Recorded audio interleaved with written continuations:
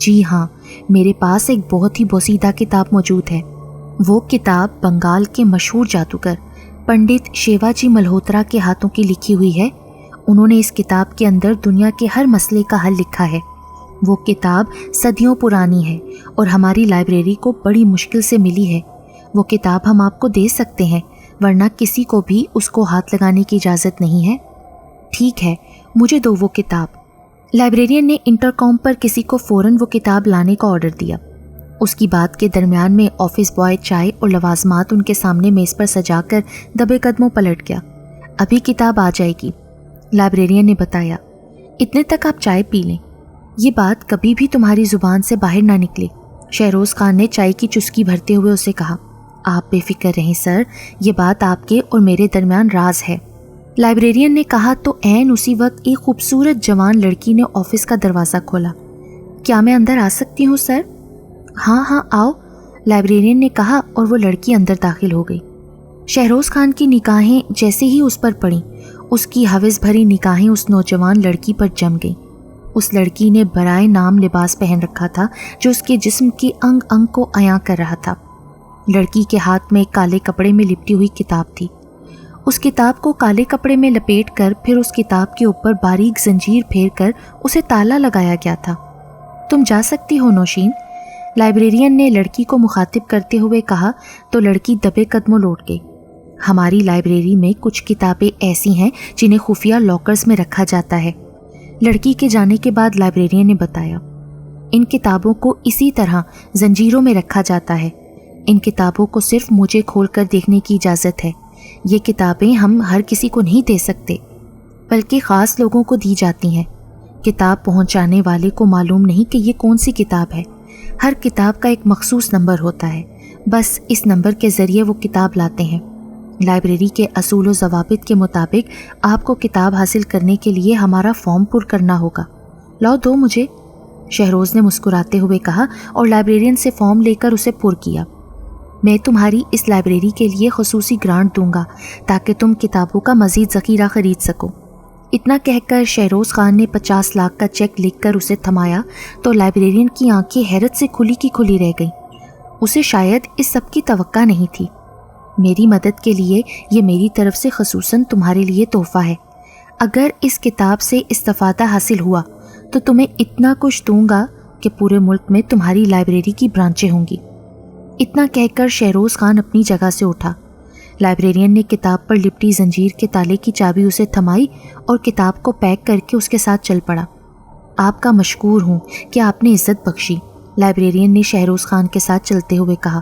خوش رہو، شہروز خان نے اس کے ہاتھ سے کتاب تھام کر گاڑی کی پچھلی سیٹ پر بیٹھتے ہوئے کہا اور پھر گاڑی فراٹے بھرتی ہوئی وہاں سے چل پڑی۔ لائبریرین نے پینٹ کی جیب میں ہاتھ ڈال کر تسلی کی کہ چیک موجود ہے یا نہیں۔ اس کے لبوں پر مسکراہٹ پھیل گئی۔ رات کی تاریکی نے ہر شے کو اپنی لپیٹ میں لے لیا۔ دسمبر کی یخ بستہ راتوں کے باوجود شہروز خان کو اپنے کمرے میں شدید گھٹن کا احساس ہوا تو اس نے کمرے کی اکلوتی کھڑکی جو کہ باہر صحن کی طرف کھلتی تھی کھول دی۔ کھڑکی کھولتے ہی ٹھنڈی ہوا کے جھونکوں نے اس کا خیر مقدم کیا۔ وہ کتنی ہی دیر تک کھڑکی کھولے وہاں کھڑا رہا اور پھر کھڑکی بند کر کے اپنے بیڈ پر آ کر بیڈ کی پشت سے ٹیک لگا کر بیٹھ گیا۔ اس کی نگاہیں یک لخت بیڈ کے ساتھ ٹیبل پر رکھی اس کتاب پر جم گئیں جو وہ لائبریری سے لایا تھا۔ اسے سمجھ نہیں آ رہی تھی کہ وہ جو کچھ کرنے جا رہا ہے وہ بہتر ہے یا نہیں۔ کتنے ہی سوال یکے بعد دیگرے اس کے دماغ میں جنم لے رہے تھے، مگر اسے کچھ سمجھ نہیں آ رہی تھی کہ کون سا قدم اٹھائے۔ دیوار پر لگے کلاک پر نظر پڑی تو اس نے 2:30 بجے کا ٹائم دکھایا۔ کافی دیر خیالات سے الجھنے کے بعد اس نے ہاتھ بڑھا کر اس کتاب کو اٹھایا۔ کالے کپڑے میں لپٹی کتاب کے اوپر بندھی زنجیر کے تالے کو اس نے کھول دیا، پھر اس کالے کپڑے کو بھی اتارا تو کتاب کا نام جادو نگری لکھا ہوا اسے دکھائی دیا۔ اس کے نیچے مصنف کا نام بھی تحریر تھا۔ شہروز خان نے کتاب کو کھولا تو دوسرے صفحے پر اسے کالی دنیا میں خوش آمدید لکھا ہوا دکھائی دیا۔ پھر نیچے ایک تحریر تھی جس کو پڑھ کر اسے کافی حیرت کا سامنا کرنا پڑا تھا، کیونکہ اس میں لکھا تھا، کالی دنیا کے مہاراج شیطان دیوتا کا پجاری بننے کے لیے سب سے پہلے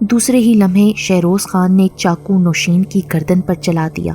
شدید تکلیف سے نوشین تڑپ کر رہ گئی۔ وہ ماہی بے آب کی طرح تڑپنے لگی۔ اس کی شہ رگ سے خون فوارے کی مانند نکلنے لگا۔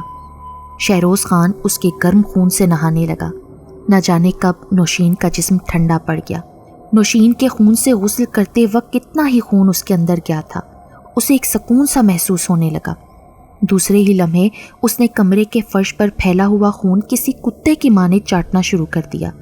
پھر اس نے نوشین کی شہرگ کو چاٹنا شروع کیا۔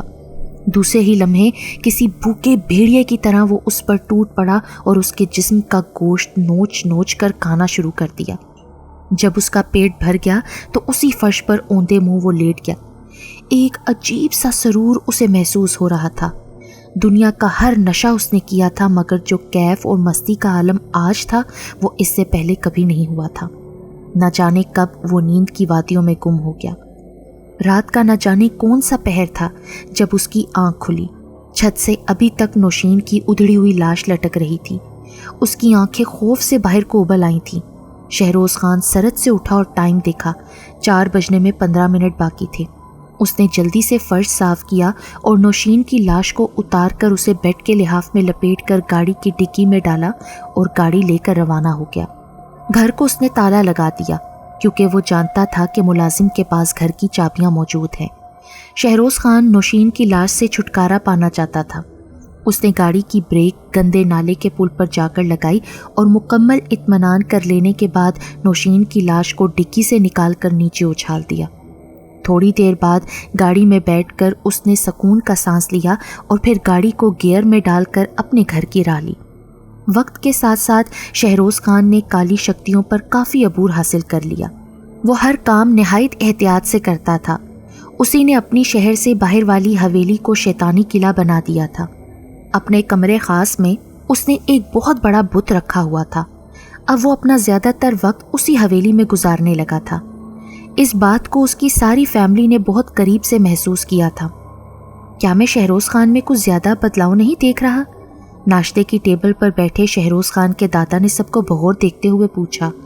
میں بھی کافی پریشان ہوں کہ اب وہ ذمہ داریوں سے غافل ہو کر اپنی شہر سے باہر والی حویلی میں زیادہ وقت بتانے لگا ہے۔ اس کے باپ زمان خان نے جواب دیا، بہو کیا تم نے اس سلسلے میں اس سے کوئی بات نہیں کی؟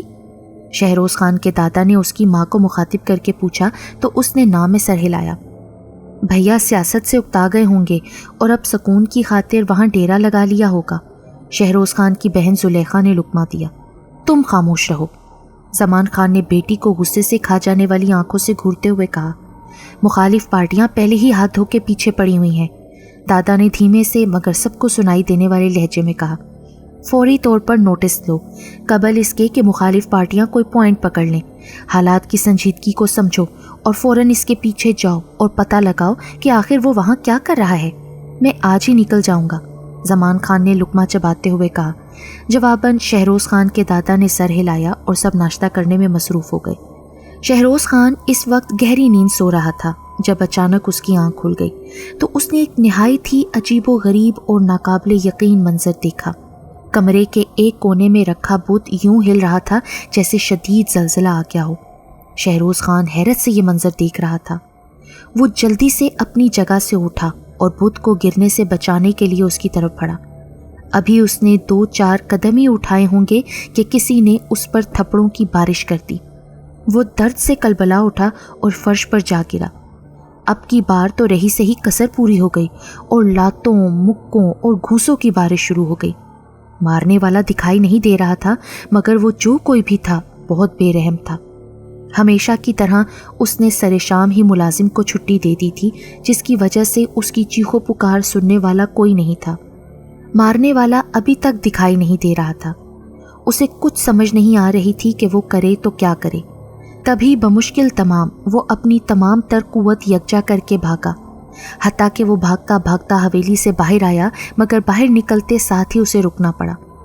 اس کے سامنے بیساکھی کے سہارے پر ایک مجذوب کھڑا تھا۔ اس کی حالت سے اس کی خستہ حالی دکھائی دے رہی تھی۔ اس مجذوب کو دیکھ کر وہ یوں ڈر گیا جیسے کبوتر بلی کو دیکھ کر ڈر جاتا ہے۔ وہ بری طرح سے کانپنے لگا۔ کہاں گیا تیرا شیطان؟ تجھے بچانے نہیں آئے گا کیا؟ مجذوب نے لاٹھی پر سے اپنا زور کم کرتے ہوئے کہا۔ مجھے معاف کر دو، شہروز خان نے تھر تھر کانپتے ہوئے کہا۔ کس بات کی معافی؟ مجذوب نے سوال داغا تو شہروز خان کا سر شرم سے جھک گیا۔ کہاں گئے تیرے وہ شیطان جو تجھے امر کرنے کے دعوے دار تھے؟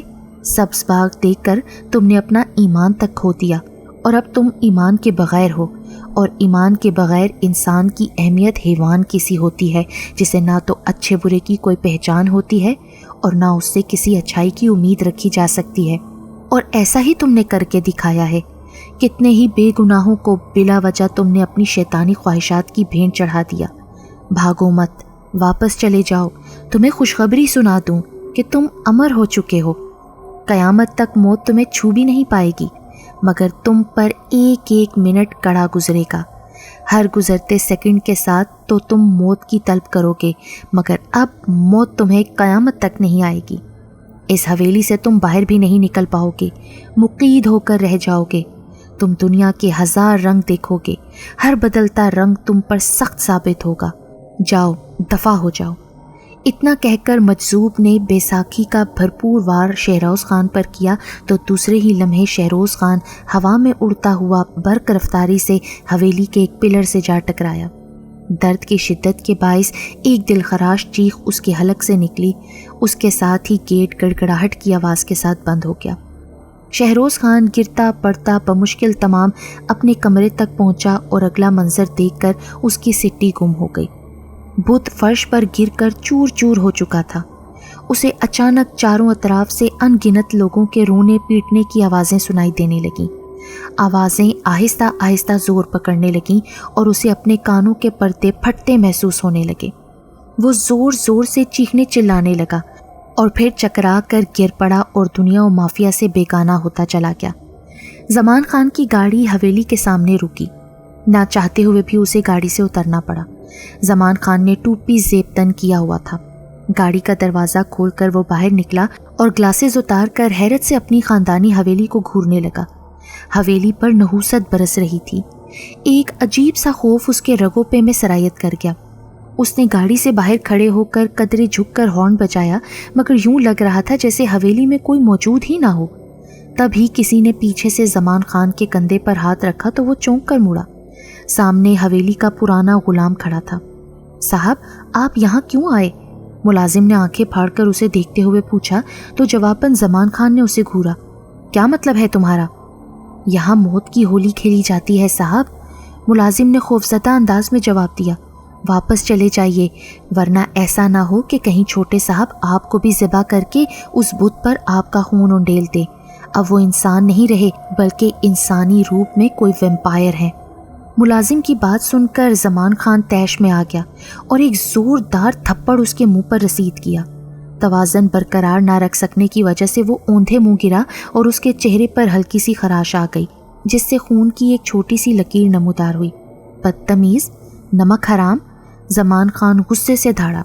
آخر دکھا دی نا اپنی اوقات، ابھی اور اسی وقت دفع ہو جاؤ اور دوبارہ حویلی کے قریب بھی بھٹکنے کی کوشش مت کرنا۔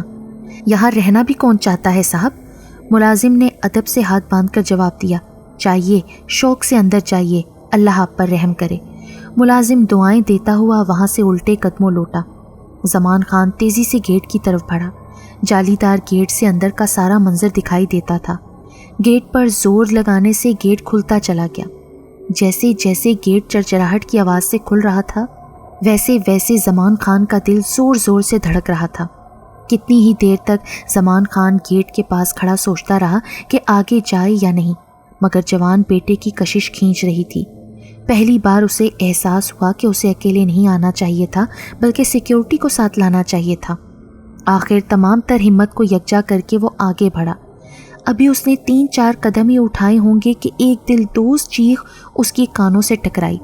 اس آواز کو بھلا وہ کیسے نہ پہچانتا؟ یہ آواز اس کے لختے جگر کی تھی۔ آواز میں درد کی شدت اس کی برداشت سے باہر تھی۔ زمان خان جلدی سے اندر کی طرف بھاگا۔ غلام گردش سے ہوتے ہی اسے رکنا پڑا کیونکہ اس کے سامنے اس کا بیٹا شہروز خان کھڑا تھا۔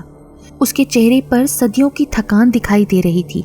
اس کی آنکھوں میں بلا کا خوف دکھائی دے رہا تھا۔ اس کی شیو بڑی ہوئی تھی، اس کی خستہ حالی پر زمان خان کا دل پسیج کر مٹھی میں آ گیا۔ بابا، شہروز خان باپ کو دیکھ کر اس کی طرف لپکا اور آ کر باپ کے سینے سے لگ کر دھواں دھار رونے لگا۔ مجھے یہاں سے لے چلو بابا، تنہائی کاٹ کھانے کو دوڑتی ہے، وہ مجھے مار ڈالے گا، اس نے مجھے یہاں قید کر کے رکھا ہوا ہے۔ بیٹے کی بات سن کر زمان خان غصے سے لال پیلا ہو گیا۔ کس کی اتنی جرأت ہے جو میرے لختے جگر کو اس نے یہاں قید کر کے رکھا ہے؟ وہ بہت ظالم ہے بابا، وہ مجھے بہت اذیتیں دیتا ہے، میں کئی دنوں سے یہاں بھوکا پیاسا ہوں، ملازم کو بھی اس نے بھگا دیا ہے، چلو میرے ساتھ، میں بھی تو دیکھوں کہ کون ہے وہ۔ شہروز خان باپ کے ساتھ چپکا باہر کی طرف آنے لگا۔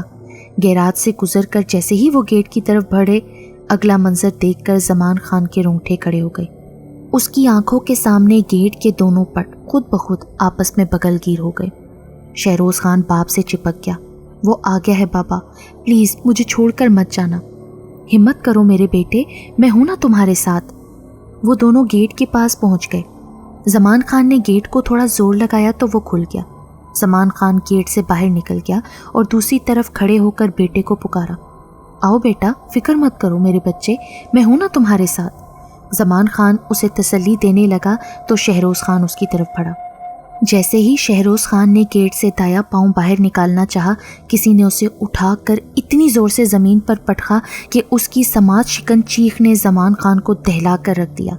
تبھی زمان خان نے ایک نہایت ہی بھیانک منظر دیکھا۔ شہروز خان کو کوئی دونوں بازوؤں سے پکڑ کر گھسیٹ کر اندر لیے جا رہا تھا۔ وہ مسلسل مدد کے لیے چیخو پکار کر رہا تھا۔ اسے گھسیٹنے والا دکھائی نہیں دے رہا تھا۔ زمان خان سرحد سے آگے بڑھا ہی تھا کہ آگ کے اچانک نمودار ہونے والے الاؤ نے اس کا راستہ روک لیا۔ اللہ کے لیے میرے بیٹے کو چھوڑ دو۔ زمان خان بے بسی اور بے چارگی کے عالم میں گھٹنوں کے بل بیٹھتے ہوئے گلا پھاڑ کر چلایا۔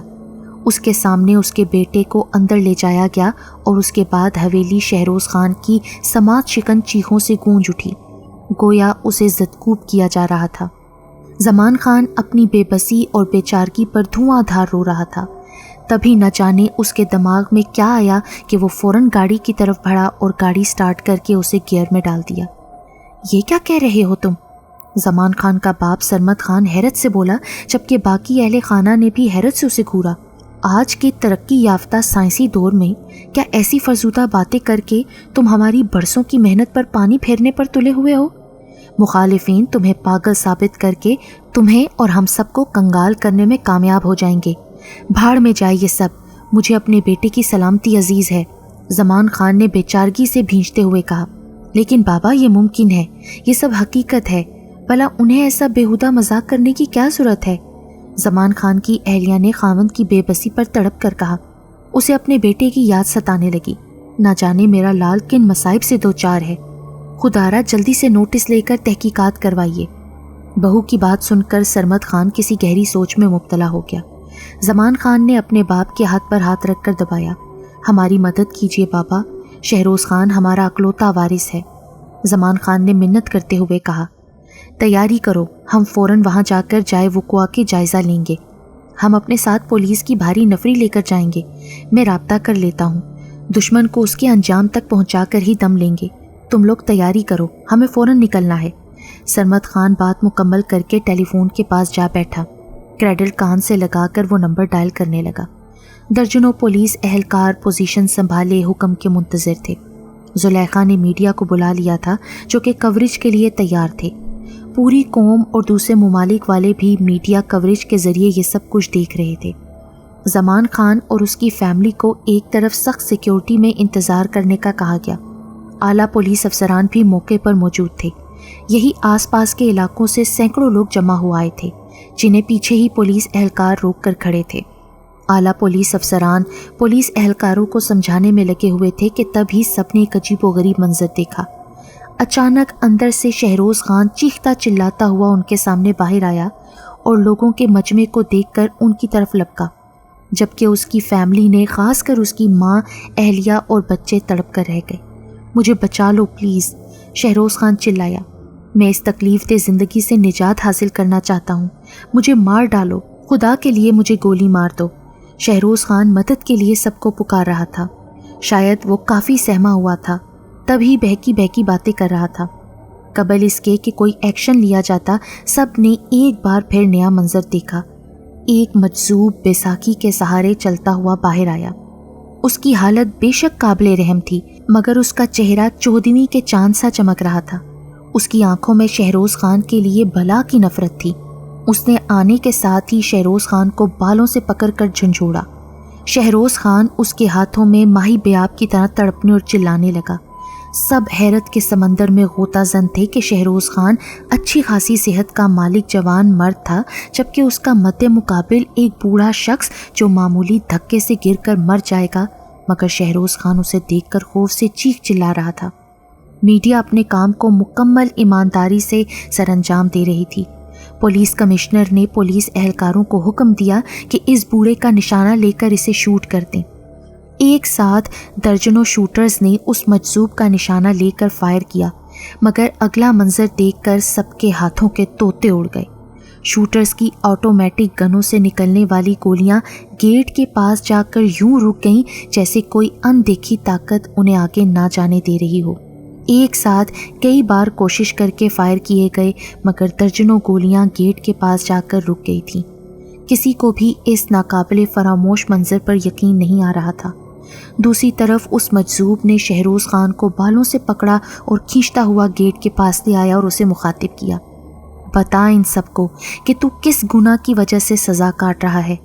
دروغ گوئی کر کے اپنے انجام کو اور بھیانک مت بنا لینا۔ اس کے بعد شہروز خان نے جو حقیقت بیان کی اسے سن کر سب حیرت زدہ رہ گئے، خاص کر اس کی فیملی کا سر شرم سے جھک گیا۔ کیا یہی تمہاری پرورش ہے؟ شہروز خان کی بات مکمل ہونے کے بعد مجذوب نے غضبناک انداز میں وہاں موجود ہر کس و ناقص کو پکارا۔ سرابوں کی کوئی حقیقت نہیں ہوتی، یہ زندگی تو پلک جھپکنے سے بھی کم ہے۔ کبھی کبھی ہم لوگ اپنی زندگی میں اتنے مگن ہو جاتے ہیں کہ دوسروں کا ہوش بھی نہیں رہتا۔ اسے امر ہونے کی چاہ چڑھی تھی، یہ امر ہو کیا ہے، اور قیامت تک اسی حویلی میں اپنے کیے گئے انجام بھگتے گا۔ اپنی شیطانی خواہشات کا آغاز اس نے اسی حویلی سے کیا تھا اور انجام بھی اسی حویلی میں ہوگا۔ یہ روز مرے گا، روز جیے گا، مگر تم میں سے کوئی اس کی مدد نہیں کر پائے گا، کیونکہ یہ قہر خداوند تعالیٰ کا شکار ہوا ہے۔ جاؤ، چلے جاؤ، اور یہاں کبھی دوبارہ آنے کی غلطی مت کرنا، کیونکہ تم میں سے کوئی بھی حویلی میں داخل نہیں ہو پائے گا۔ دنیا میں بھی عذاب بھگتے گا اور آخرت میں بھی۔ اتنا کہہ کر مجذوب نے شہروز خان کو بالوں سے پکڑ کر نیچے گرایا اور گھسیٹتا ہوا اندر لے جانے لگا۔ اس کی فیملی مرغے بسمل کی طرح تڑپ کر رہ گئی۔ فائر! پولیس کمشنر نے حکم دیا۔ ایک ساتھ سینکڑوں فائر ہوئے، مگر گولیاں حویلی کے گیٹ کے پاس پہلی والی گولیوں کے پاس جا کر رک گئیں۔ اندر کودو! ایک بار پھر حکم ہوا۔ درجنوں پولیس اہلکار گیٹ اور چار دیواری کی طرف بڑھے، مگر ایک بار پھر آگ کے گولے نے سب کا راستہ روک لیا۔ مجذوب ان سب باتوں سے بے نیاز شہروز خان کو گھسیٹے لیے جا رہا تھا۔ اللہ کے لیے میرے بیٹے کو چھوڑ دو، شہروز خان کی ماں بے بسی کے عالم میں روتے ہوئے بولی۔ وقت کتنی تیزی سے گزرتا ہے، ہمیں پتہ بھی نہیں لگتا۔ ہم کہتے ہیں پڑھ لکھ کر سیٹ ہو جائیں گے، پھر جاب لگتی ہے تو کہتے ہیں گھر بنا کر شادی کر کے سیٹ ہو جائیں گے، بچے ہو جائیں گے تو ان کی تعلیم اور ان کی شادیوں کے بعد سوچتے ہیں سیٹ ہو جائیں گے، مگر پھر پوتے پوتیوں کی فکر لاحق ہو جاتی ہے۔ در حقیقت ہم سیٹ کب ہوتے ہیں؟ جب مر کر قبر میں جاتے ہیں اور ہمیں قبر میں لٹایا جاتا ہے تو اوپر کھڑا آدمی کہہ رہا ہوتا ہے اس کا سر دائیں طرف سیٹ کر دو، ہاں اب یہ سیٹ ہے۔ پھر خواہشات کہاں گئیں؟ تن جسے سنوارنے کے لیے ہم ہر حد کراس کر جاتے ہیں وہ مٹی میں مل جاتا ہے۔ بچ کیا جاتا ہے؟ ہماری روح، ہمارا ضمیر، جسے سنوارنے کی ہم نے کبھی کوشش ہی نہیں کی۔ وقت کے جھروکوں نے کتنے رنگ روپ بدلے، کتنے چہرے آئے، کتنے گئے۔ دن مہینوں کا روپ دھارتے دھارتے سالوں میں بدل گئے اور سال صدیوں میں ضم ہو گئے۔ نہ جانے کتنی صدیاں بیت چکی ہیں، کتنے چہرے بدل چکے ہیں۔ آج بھی شہروز خان اپنی حویلی میں سزا بھگت رہا ہے۔ لوگوں نے حویلی کے پاس سے گزرنا بھی بند کر دیا ہے۔ حکومت نے باڑ لگا کر حویلی کو چاروں طرف سے بند کر دیا ہے۔ آج بھی حویلی کے گیٹ کے سامنے سینکڑوں گولیاں منجمد حالت میں دکھائی دیتی ہیں۔ شہروز خان کی چیخیں آج بھی حویلی میں گونجتی ہیں مگر اس کی مدد کرنے کوئی بھی نہیں آتا۔ شہروز خان آج بھی چیختا چلاتا ہوا حویلی سے باہر آتا ہے۔ وہ پہلے دن کی طرح آج بھی جوان ہے۔ وہ ہر گزرنے والے کو مدد کے لیے پکارتا ہے مگر جیسے وہ اس کی سنی انسنی کر دیتے ہیں، بالکل اسی طرح جیسے قبروں میں دفن ہمارے اپنے بھی ہمیں پکارتے ہیں، ہمیں اپنے ساتھ درپیش حالات سے آگاہ کرنے کی کوشش کرتے ہیں مگر ہم سنی انسنی کر دیتے ہیں۔ اگر ایک بار بھی ان کی بات سن لینا تو کبھی بھی برائی کی طرف دھیان نہ دیں، وقت کے ولی بن جائیں، دنیا سے برائی کا نام ہی ختم ہو جائے، مگر یہ سب کچھ ہو جائے تو دوزخ کہاں جائے؟ اب بھی وقت ہے سدھرنے کا۔ ہمارے سامنے دو راستے ہیں، ایک دایاں ایک بایاں۔ اب یہ تو ہم پر منحصر ہے نا کہ کس راستے کا انتخاب ہم کرتے ہیں۔